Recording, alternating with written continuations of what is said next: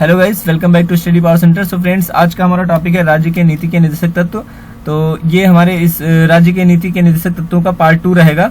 इसके पहले जो है एक वीडियो, इसका जो पार्ट 1 है उसमें राज्य के नीति के निर्देशक तत्व यानी DPSP, directive principle of state policy के बारे में हम इसके पहले के वीडियो में चर्चा कर चुके हैं और साथ ही साथ कुछ आर्टिकल यानी आर्टिकल 36 से लेकर के 41 तक हम इसके पिछले के वीडियो में चर्चा कर चुके हैं, जो कि आपको प्लेलिस्ट में मिल जाएगा। इसमें जो है आप जब चैनल पे जाएंगे तो इसमें प्लेलिस्ट में पहुंचेंगे और प्लेलिस्ट में जो है संविधान के नाम से एक जो है फोल्डर बना हुआ है, उसी में आपको इसमें के जितने भी वीडियो हैं संविधान से रिलेटेड वो एक सीक्वेंस में आपको मिल जाएंगे।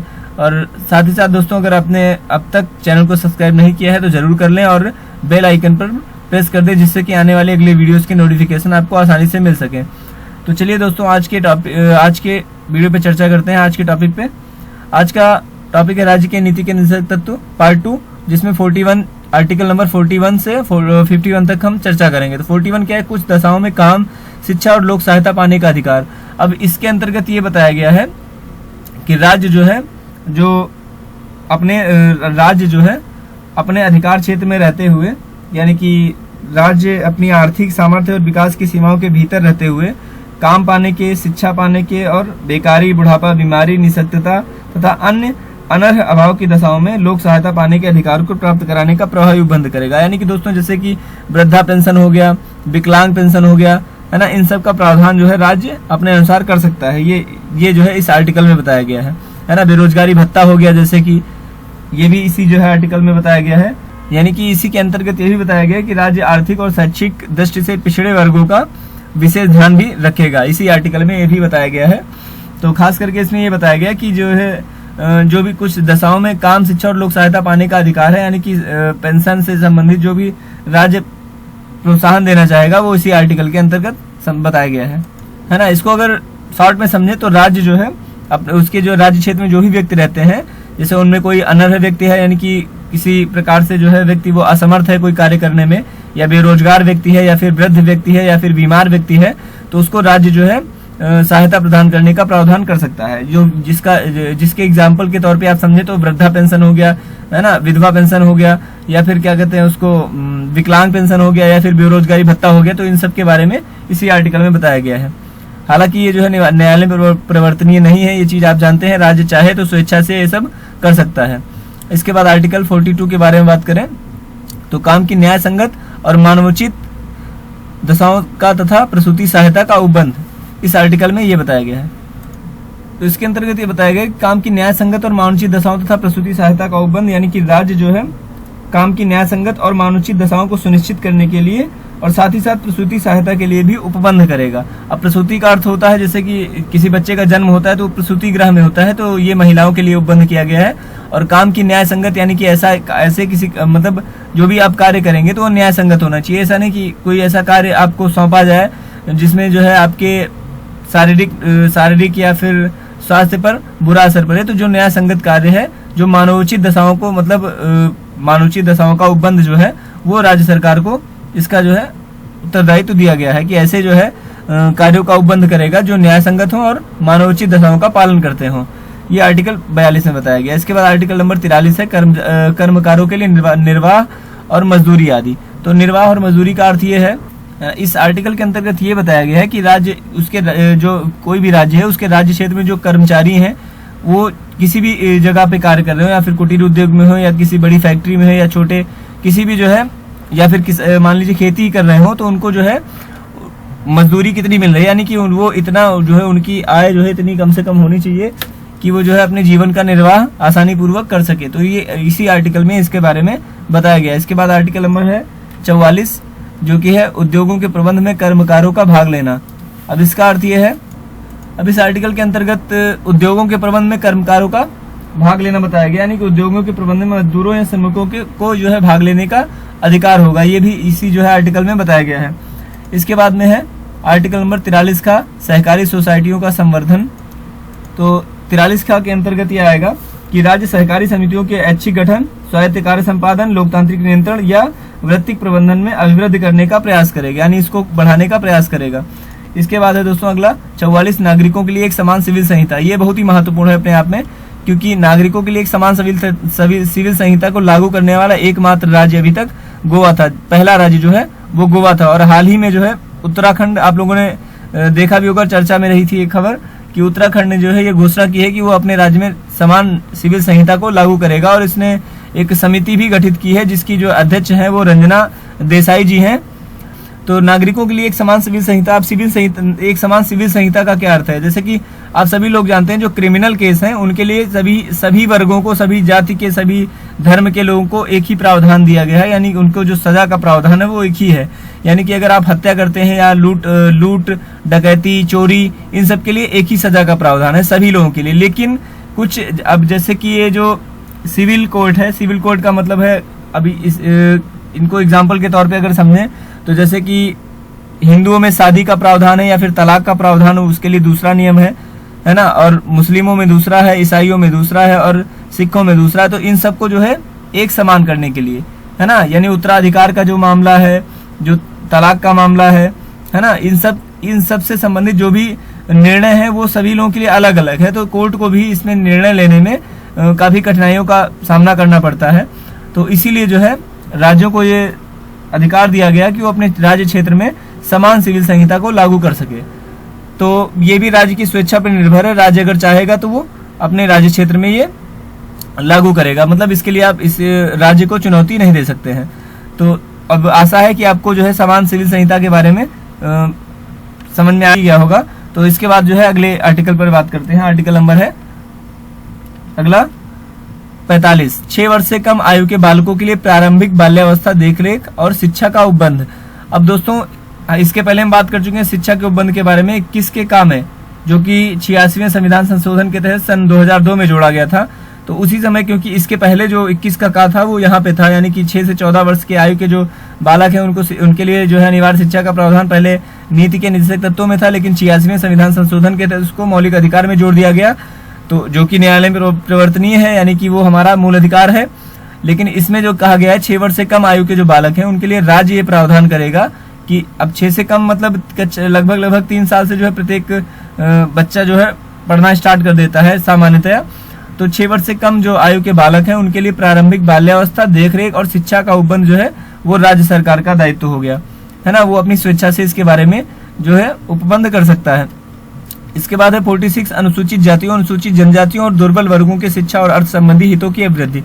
अब जैसा कि 45 में बताया गया 6 वर्ष से कम आयु के बालकों के लिए, वैसे ही वही चीज बिल्कुल सेम अनुसूचित जातियों, अनुसूचित जनजातियों के लिए भी जो है बताया गया और दुर्बल वर्गों के लिए भी ये जो है बताया गया है, शिक्षा और अर्थ संबंधी हितों की अभिवृद्धि करना। तो ये दोनों लगभग सेम है, उसमें 6 वर्ष से कम आयु के बालकों के लिए और इसमें अनुसूचित जातियों और अनुसूचित जनजातियों के और दुर्बल वर्गों के लिए शिक्षा और संबंधी हितों की अभिवृद्धि के बारे में बताया गया है। इसके बाद है पोषाहार स्तर और जीवन स्तर को ऊंचा करने का लोक स्वास्थ्य का सुधार करने का राज्य का कर्तव्य। तो पोषाहार स्तर और जीवन स्तर को ऊंचा करने का तथा लोक स्वास्थ्य का सुधार करने का राज्य का कर्तव्य होगा, यानी कि इसके अंतर्गत जो है यह राज्य का दायित्व होगा कि राज्य जो है अपने राज्य क्षेत्र के जो भी व्यक्ति हैं उनके पोषाहार स्तर और जीवन स्तर को ऊंचा करने के लिए प्रावधान करेगा। और साथ ही साथ दोस्तों इसी आर्टिकल के अंतर्गत मादक पदार्थ जो है उन पर जो है प्रतिषेध का भी प्रावधान किया गया है, यानी राज्य जो है अपने राज्य क्षेत्र में मादक पदार्थ कौन कौन से हो गए, जैसे कि जो है नशीले पेय पदार्थ हो गए, चरस हो गया, गांजा हो गया, है ना, इस तरह के जो भी नशीले पदार्थ हैं उन पर जो है राज्य चाहे तो रोक लगा सकता है ना। जैसे कि अभी हाल ही में आंध्र प्रदेश में जो है गांजे की खेती पर रोक लगाया गया, गांजे की खेती पर आंध्र प्रदेश द्वारा जो है रोक लगाया गया। तो उसी प्रकार राज्य चाहे तो अपने राज्य क्षेत्र में नशीले पदार्थों पर रोक लगाएगा, मतलब उसको कुल मिला के उसको एक कर्तव्य दिया गया है कि पोषाहार स्तर और जीवन स्तर को ऊंचा करने का प्रयास करेगा और लोक स्वास्थ्य का सुधार करने का प्रयास करेगा। और साथ ही साथ इसी में ये भी जो है जोड़ दिया गया है कि वो जो है मादक पदार्थों पर रोक लगा सकता है स्वेच्छा से, अगर नहीं लगाना चाहता तो नहीं लगाएगा। हालांकि राज्य सरकार की जो आय है उसका जो है एक बड़ा आय का स्रोत जो है मादक पदार्थ ही है ना, क्योंकि अभी लॉकडाउन में भी आपने एक बात सुनी होगी कि एक दिन में जो है दारू, यानी कि दारू की दुकान, जो शराब की दुकानें हैं, उनसे राज्य को कितना आय हुआ था। तो एक तरह से ये जो है इनकी आय का भी स्रोत है, लेकिन ये राज्य के ऊपर निर्भर है कि वो जो है रोक लगाना चाहता है या फिर पोषाहार स्तर और जीवन स्तर को किस प्रकार वो जो है सुधारना चाहता है, किस प्रकार जीवन स्तर को ऊंचा करना चाहता है और स्वास्थ्य को सुधारने का प्रयास करता है। ये राज्य पर जो है निर्भर है ना। ये न्यायालय प्रवर्तनीय नहीं है, क्योंकि ये जो है नीति के निर्देशक तत्व हैं। ये अगर मौलिक अधिकारों में होता तो न्यायालय में हम इसको चुनौती दे सकते थे।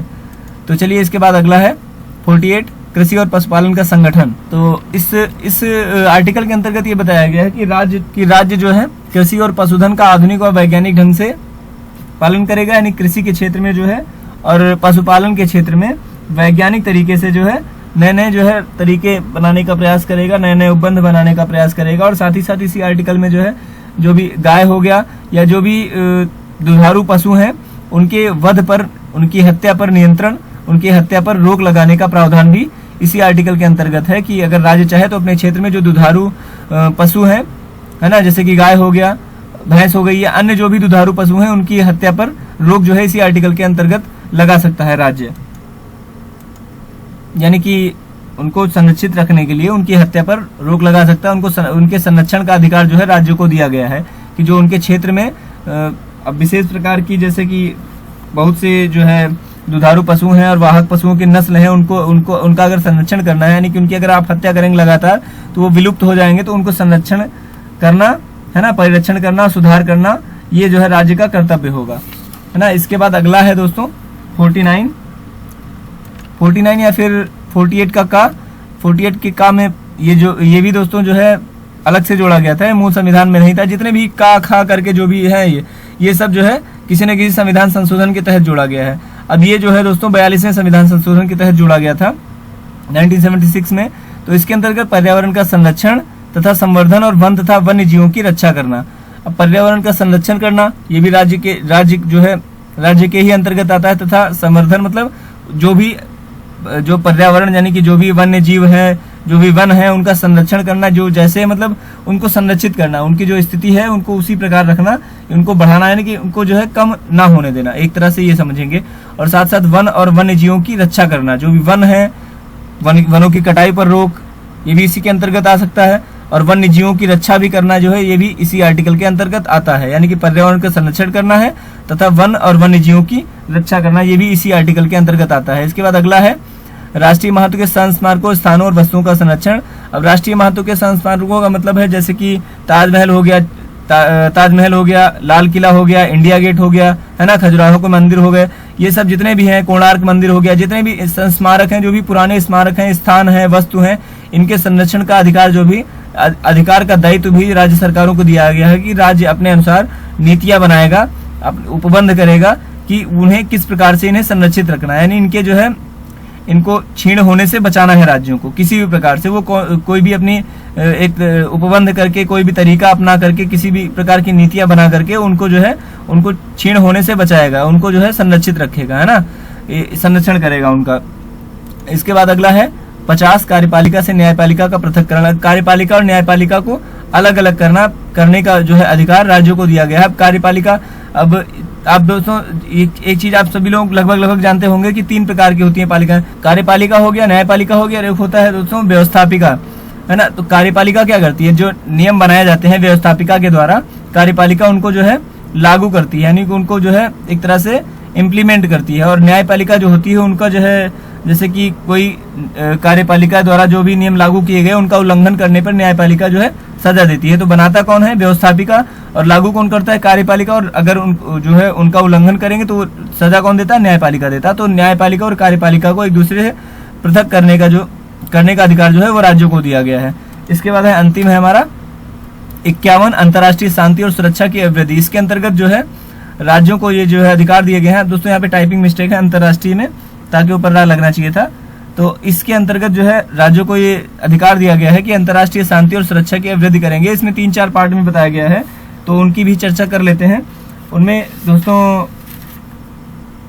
पहला था कि अंतर्राष्ट्रीय शांति और सुरक्षा की अभिवृद्धि का दायित्व राष्ट्रों के बीच न्यायसंगत और सम्मानपूर्ण संबंधों को बनाए रखने का, और साथ साथ संगठित लोगों के एक दूसरे से व्यवहारों में अंतर्राष्ट्रीय विधि और संधि बाध्यताओं के प्रति आदर बढ़ाने का, और अंतर्राष्ट्रीय विवादों के माध्यस्थम द्वारा निपटारे के लिए प्रोत्साहन देने का प्रयास करेगा राज्य। सामान्यतः अगर हम कहें तो अंतर्राष्ट्रीय शांति और सुरक्षा को बढ़ाने का प्रयत्न करेगा। जैसे कि अब उत्तर प्रदेश है, उसकी सीमा जो है नेपाल से लगती है। हालांकि जो सेंट्रल गवर्नमेंट है वही ज्यादातर विदेशी मामलों को देखती है, लेकिन राज्यों को भी एक कुछ अधिकार दिए गए हैं कि अंतर्राष्ट्रीय शांति और सुरक्षा को बढ़ाने का प्रयास करेगा। जो भी अब जैसे कि उत्तर प्रदेश की बॉर्डर पे जो सेना लगी है वो तो जो है केंद्र सरकार के ही अधीन है, लेकिन जो शांति व्यवस्था है उसमें जो है राज्यों को भी योगदान देना चाहिए, ये इस आर्टिकल में बताया गया है। तो दोस्तों इस वीडियो में इतना ही। राज्य के नीति के निदेशक तत्व तो दोस्तों आर्टिकल 36 से 51 था, तो पिछले वीडियो में हमने चर्चा की, और इसके बाद के जो बचे थे वो उसमें हमने चर्चा की। तो वीडियो कैसा लगा कमेंट बॉक्स में जरूर बताएंगे। और साथ ही साथ दोस्तों अगर अभी तक आपने चैनल को सब्सक्राइब नहीं किया है तो जरूर कर लें, और वीडियो को ज्यादा से ज्यादा शेयर करें, जिससे कि जो है अन्य लोगों को भी इस बारे में जानकारी मिल सके। तो वीडियो कैसा लगा ये जरूर बताएंगे दोस्तों कमेंट बॉक्स में, और वीडियो में साथ बने रहने के लिए आपका बहुत बहुत धन्यवाद।